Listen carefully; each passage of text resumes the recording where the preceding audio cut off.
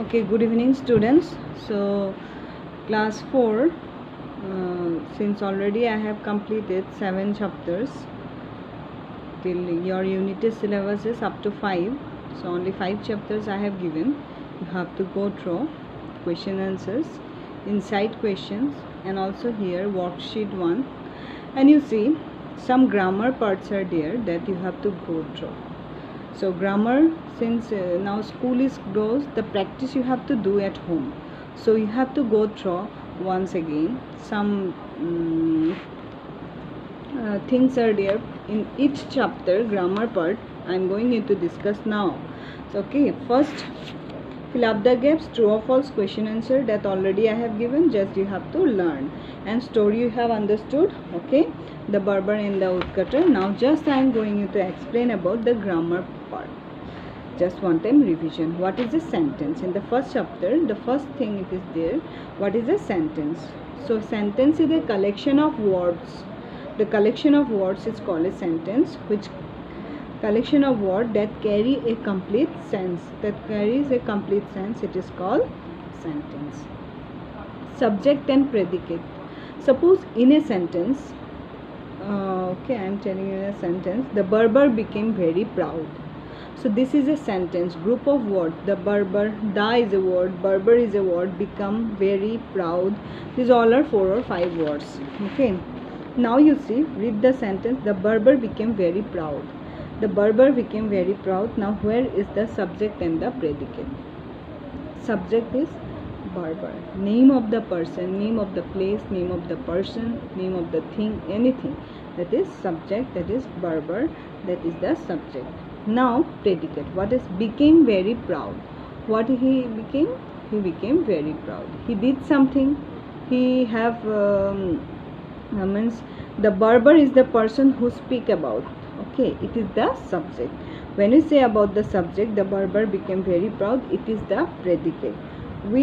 Whenever we make a sentence, we name some person or thing.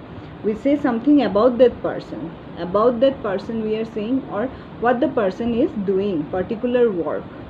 In other words, we must have a subject and we must say predicate something about the subject.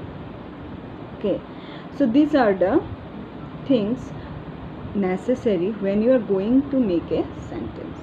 So subject and the predicate. Subject is the name of the person, place, thing, and so on.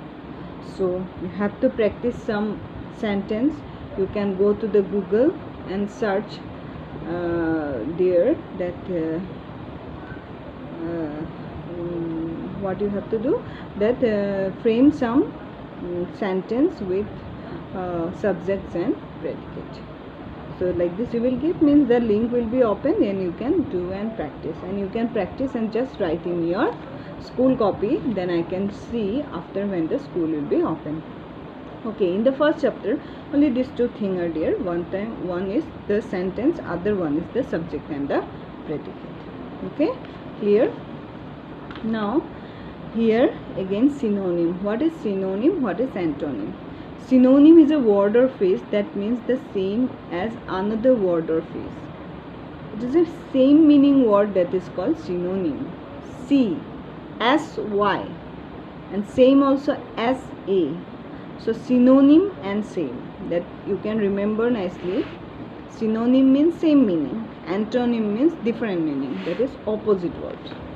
So in the second chapters, in the Mother Teresa, just you have to pick out the common nouns and proper nouns. What are the common noun, proper noun, collective noun, gender? Just you have to go through nouns, about the nouns. So in tomorrow I'll say you about this noun. So today all of you now go through what is subject and the predicate, and what is a sentence, how you can frame a sentence, for framing sentence what things are necessary, and how you can choose subject and predicate from a sentence. Okay, thank you.